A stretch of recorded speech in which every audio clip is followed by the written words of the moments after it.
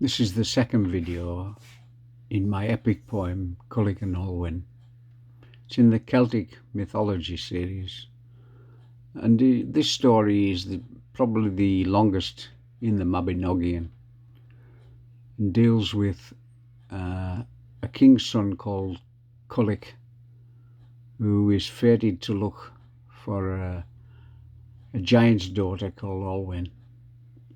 In the first part, we dealt with him riding off to meet up with his cousin, King Arthur, and to ask for his help in the quest to find Olwen. This is Culhwch and Olwen, Part 2, The Search for Olwen. A boon I will ask, my kinsman the king. Name it, said Arthur, and I will agree. Help me find Olwen, and thy praises I'll sing.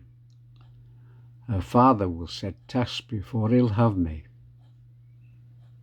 To this Arthur agreed and sent forth his men.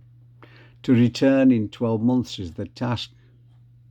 But in this quest they fail, returning again. Culhwch threatens their reputation he'll unmask. Sir Kay and the others persuade him to relent and return with them to the quest. Culhwch is persuaded to go. When they went, his task he renews with Arthur's best. They arrive at a field covered in sheep, herded by a massive hound and a giant Custennin. Culhwch gives the giant a gold ring to keep, and takes them home to meet his wife and his son. The giant's wife asks Custennin where he got the ring of a beautiful corpse from the sea. He reveals Culhwch gave him this beautiful thing, and I have brought him home to thee. It just happens that Custennin's wife to Culhwch's mother is kin. As his mother's sister, she is aunt to the lad. No friend of this family is Ysbaddaden, and to help in your quest we are glad. Custennin reveals he was chief of his race, but was ruined by Ysbaddaden and forced to be a shepherd.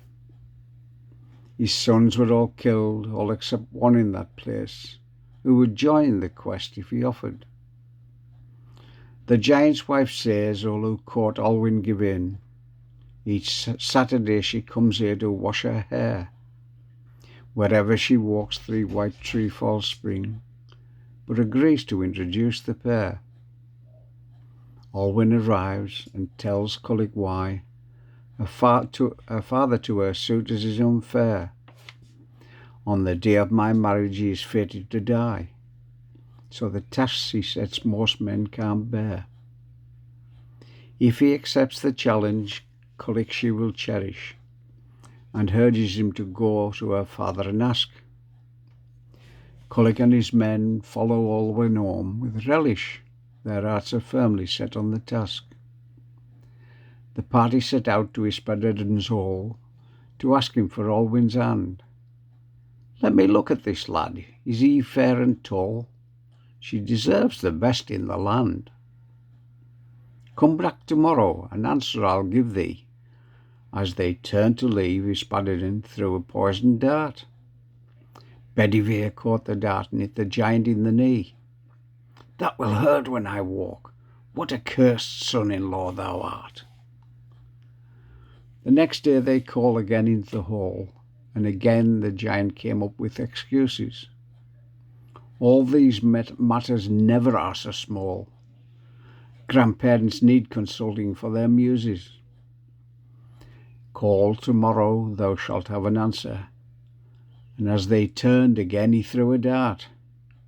Caught by Menno with skills like a lancer, hit the giant just below his heart.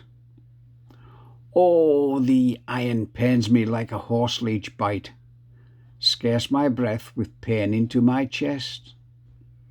Cursed be the smith who forged this sleight. Come back on the morrow for the rest. The third day they returned to see Ysbaddaden, who threw a third dart at him as they arrive.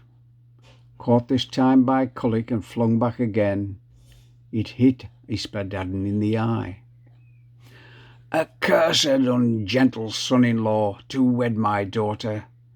My eyesight will be made all the worse. When I face the wind, my eye will water.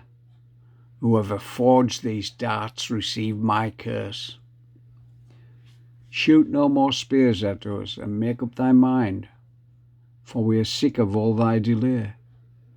In thy heart compassion for thy daughter find. Set thy tasks, and we'll be on our way." Thank you.